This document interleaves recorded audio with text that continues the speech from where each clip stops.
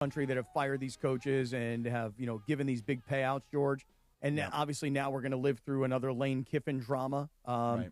But I don't know if USC wants to be in the position of firing a guy possibly an ounce prematurely and having to definitely prematurely, in my opinion.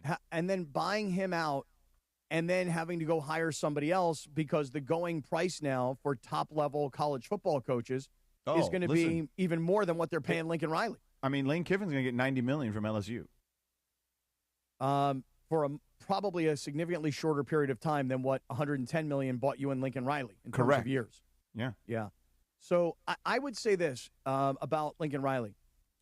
If you fired him because he lost to UCLA, I think you're firing him 1 year too early. I think you got to do exactly, George, what you've been professing, and I don't like what you're saying, but I happen to think you're right, which is you probably have to give Lincoln Riley at least one more year to see what this recruiting class can bring, because it's already highly rated, and what the portal might be able to bring, and think to yourself, we're not that far away. Can we all agree? USC, as much as we don't like it, and all the stats I read to you about 0-7 against top teams, 7-10 against ranked teams, good at home, bad on the road, all of those data points, you'd probably be just a little too soon in firing him right now. Oh, yeah. Again, he's got a top recruiting class coming in.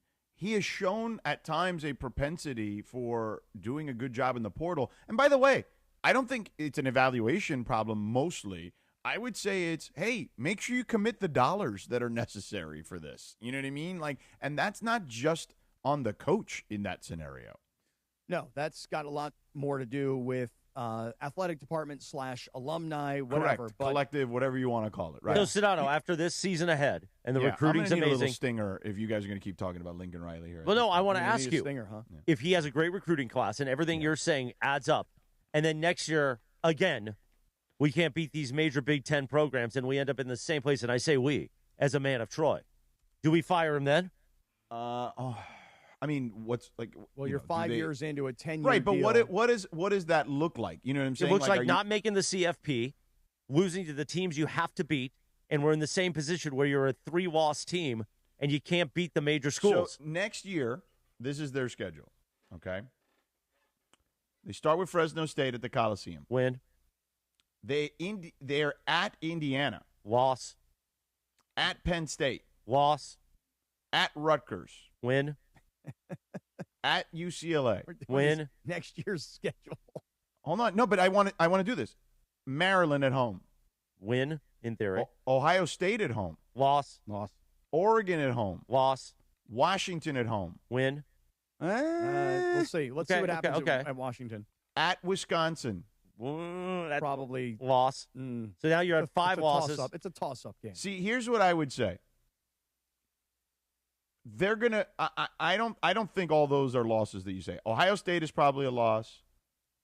I think they can. I don't know what Oregon's gonna look like next year, but I think there's 2 losses at least on the schedule. Could be 3. If they're 9-3 again, are you firing him? If you're 9-3 and you can't beat these big teams, what's the future then? Right, but the problem is you will have beaten some of them because if you go 9-3, you're winning some of those games. Okay, but if you can't beat Ohio State and you can't beat Oregon year after year, then where are you going as a program? Well, if you want to be a CFP school. You want to know where you're going? You're going to become Iowa. You're going to become Illinois. That's what you're going to be. You're going to be a middle-of-the-road Big Ten team. No, you're not middle of the road because the conference is like 20 deep. So you're going to be like a top 5 or 6 program. So you're going to be an upper quarter team. But to get into the CFP, you need to be firmly in the top 3 and maybe occasionally in the top 4. Look, here's the thing. You just pointed out, that the conference is deeper now, right? It's a much bigger conference. I get that. But if you're not where Ohio State and Oregon, where Penn State was projected. Oh, is that what you're opening? You're opening a stinger? Already going into the listen to that. Wow, really already going into the stingers, huh? Are you going to put that thing in your mouth right now? Because you got to do a read in a second. Oh, you are? Okay. Let's fill time while we choose. Listen, we can sit here and complain about USC all day long, but we already know what the story is. We already get it. All the numbers tell you what the story is. The story is they can't beat good teams.